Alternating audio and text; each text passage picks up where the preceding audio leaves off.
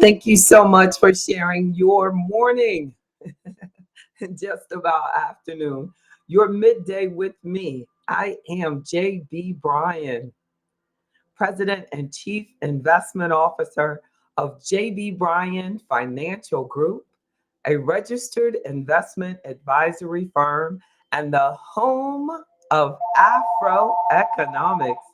Thank you so much for sharing your time today to talk about these, I think, I think exciting changes that are actually happening.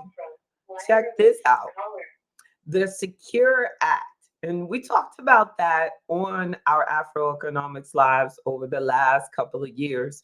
But as things gradually come into action, the Secure Act expanded the required minimum distribution age. Also, a retirement change. The required minimum distribution age changed in the Secure Act 2.0 to 73 years old. A lot of you remember when it was 70 and a half, and it gradually is changing. Now it's up to 73. Well, this one is about the catch up, a super catch up. And some of you may be familiar. Make sure you chat with me if you're familiar with the catch up. If you have any questions, the most interesting thing about it is this catch up itself was designed to help people over 50 catch up money they may not have saved or not been able to save. So when you have a maximum amount that the IRS will allow you to put into your account, and there's a maximum for IRAs, but there's also a maximum amount of now at 23,500 for 2025, the maximum for a person that's under 50 years old. But now, if you're 60 to 63, you actually can do what is called the super catch up. How are y'all doing? Thank you. So the super catch up doesn't limit you to the 7,500 catch up. And catch up is like if you have 23,000 and you're 50 and over, and you have 23,000, and that's easy for you to put away for your retirement at work. Then the IRS is now saying that you could put away another 7,500. That's the regular catch up. And when you're 60 to 63, you can now do 11,000 additional dollars. So not 7,000 plus 11,000, but you can do the 23,000 in the work retirement plan that it allows. And then you can do the 11,250 additional dollars into that retirement plan. So between 60 and 63. And I think it's based on that when people get to 60, 63, they're generally some of their responsibilities may be grown. Like say they had children, and when the children were younger, they had to, pay for college or things like that. Or, it's just in hopes of that someone in 60, 63 may have some additional dollars that they want to save for themselves down the road, and they want to reduce their current taxable income. So I would say the biggest advantage to it is that a lot of people at 60, 63 are making their maximum income. This will be the highest income they'll ever make. So they want to talk to me about tax strategies. A major tax strategy is reducing the amount of income that you have to pay taxes on. So the does this apply to someone born in 1959 that is about to be 66 years old? So okay. And look, I want to be sarcastic. I said 60 to 63. And then you come with 66 years old. You look, you just like, it's a yes or no question, huh, Snoopy D? Okay. It does not apply to you at this point, at this person. If you're turning, if you're over 63 years old and you're still working, this does not apply to you. And you got to take it up with the government on why they only allow you to do it between 60 and 63 with this super catch out. Because one could argue that a person 66 or over 63 may have a lot more extra income and we're working longer and longer. Now, like, I am working daily on trying to, not trying to, you have to speak in the affirm. I work daily to take care of myself, to increase my health span so that I can enjoy more and more of my life, just like you, Snoopy D. So, you have more and more healthy years, then you may want to work and make more and more money, especially if the person is at their maximum income. They're making all that money and they want to reduce their income even more. But when they're over 63, this super catch up doesn't apply. So that's something to talk to your congressperson about. Like, why doesn't the super catch up have unlimited? Like, I would say that's, the someone 80 that might want to reduce their taxable income, and they're still working. Why not allow them to do it as well? But the required minimum distribution is designed because you've been growing the money tax deferred, skipping the point to, like, the IRS, does want us to pay taxes on this money. Work retirement plans are a great way to reduce your taxable income. Dollar for dollar, it's reducing your taxable income. Could even bring you down. At this point, you're talking about putting away 23,000 plus another 11,000, so over $34,000 that you would be, putting away pre-taxed. Yeah. So how many people really have that challenge when statistically it's less than 20%. Less than 20% of people actually max out their retirement plans at work. Less than 20. Yeah, it says only 14% of workers max out their 401ks, with the vast majority of these contributions, of those contributors, the vast majority of those people who are maxing out make more than 150,000. And that's something. And roughly half of American workers don't have access to employer sponsored plans. So they're saying, like, over one out of two of you don't work somewhere where they have a work spot, one of the 401k or 403b or thrift savings plan. No, so for a lot of people, they need to talk to me about, saving strategies and reducing their tax strategies and how to maximize um, saving, because tax deferral on your save, like, you can save many ways, but taxable savings, over the you're and you're paying taxes on it each year, it's actually pulling from your long-term returns and your long-term accumulation. Tax deferral is a beautiful thing. And it is amazing to me how many people that who put out, like, they're giving you financial advice and they're trying to move you away from ways to actually reduce your taxation. Reducing taxation is a great way to improve your wealth. Believe me, right?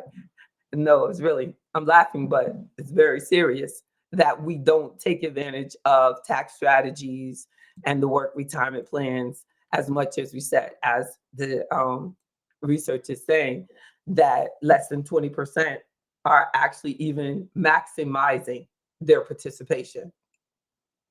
So the regular individual retirement account, the contribution limits for 2025 have stayed the same at $7,000 a year, and an additional $1,000 can be done for catch up for a person over 50,000 who participates. But the workplace retirement plans like the 401k, 403b, thrift savings plan, 457, these are all tax codes for work plans. The catch up contributions for those over 50 remains at 7,500 for 2025. But that super catch up is for people over 60. So the individual 60, 61, 62, 63 can contribute the maximum amount and then do that 11,000 super catch up. So they're putting it says that so then when they turn 64 to Snoopy D, that you will go back to the regular catch up. You could still do the 7,000 catch up for people over 50. But the super catch up provision is for that little 60 to 63 um, window. Interesting, right? According to retirement research at Boston College, it says a common retirement goal is to save 15%, including employer contributions of income for retirement per year. So that means someone making 100,000 typically aims to save 15,000 a year. To save the 34,000 a year for retirement, a worker would have to be making 230,000 for that to represent 15% of their income. Wow. So if they're having housing expenses and other debts and other expenses, would this 34,750 super catch up and contribution really be relevant to the overwhelming majority of workers? Would it even be possible for the overwhelming majority of workers? According to research, no, but that does not mean that we don't need to get on it.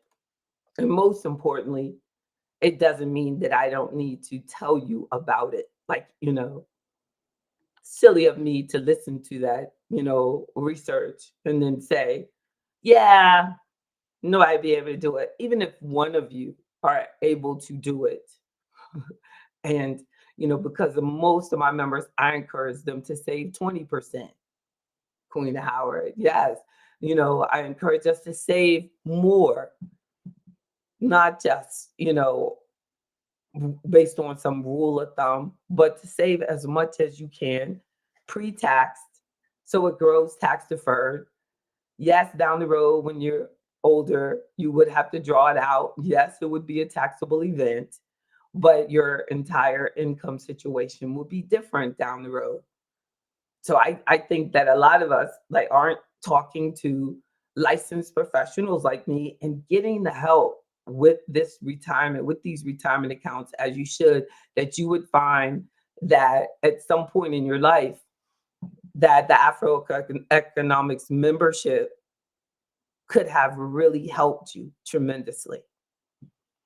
So I want to encourage you to take advantage of the membership so that we can, stay on top. Like on Friday morning, we have our members only meeting, to talk about timely topics like this. Who is it relevant to? Who is it not relevant to? So then when we have our one-on-one meeting, we're going to talk about, if this is possible for you. Do you qualify for this? Is this something that you should be thinking about? Even if like our session that we had a couple weeks ago about asset allocation is still in line with this. Because even though you could be saving everything in the world, but we want to make sure that your money is working as hard as you are working to save it. So we need to make sure that we have the right allocation according to your risk tolerance. So the Secure Act 2.0 has set up a provision for the super catch up to start in 2025. It is now in the place. Is it relevant to you? Let's talk about it. But I want you to know that Secure Act 2.0 enabled workers between the age of 60 and 63 to save an extra $11,250 in their work retirement plans. That's higher than the 7,500 for workers over 50. And that created the super catch up when they said that $11,250 additional over the basic contribution can be saved. So you first have to max out the 2025 contribution of 23,500 for that other 11 to be considered catch up. The purpose of it is to give you an opportunity to catch up on your retirement savings during your peak earning years, right? But we all should start saving for your future as early as possible.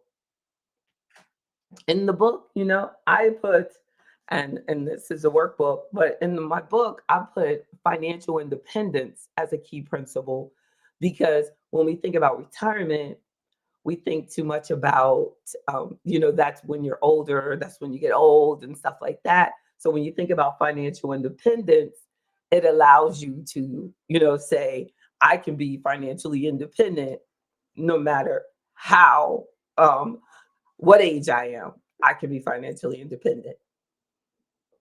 I hope that you all can hear me good because these headphones are looking right at me down there. Well, y'all would have told me if you couldn't by now. But I'm not sure because sometimes one time I did that and I picked the headphones up and it sounded exactly the same when I heard it. So I'm gonna leave them where they are because I thank God for being able to project myself. If you have any questions, I'm gonna put in our notes my email in the. Make sure that you check out the website jbbryan.com or afroeconomics.com. Take advantage of getting on the email list. It'll tell you about so I can send when um, when I'm going to go live, like we are right now. You would have received an invite. Sign up for membership. There's also a free membership level so that you can get to know me and come into our members meetings. It's completely complimentary. Check that out. It's called the no excuses level, and you can step up from there. But you're worthy. You're worthy. You're worthy. You're worthy of wealth. And also check out blackhealthblackwealth.com. The 10th principle of Afroeconomics is health. Let's make sure we increase our health span as much as possible. And a lot of that is by avoiding financial stress. No, financial stress can really be hard on your life. Any stress can be hard, but it's financial stress, in my opinion, is unnecessary because I am here for you. Thank you for sharing your now day, this portion of your day with me. Please share this with your friends. Be empowered. Let information be what we share. Not bad news. This is great news. This is good news.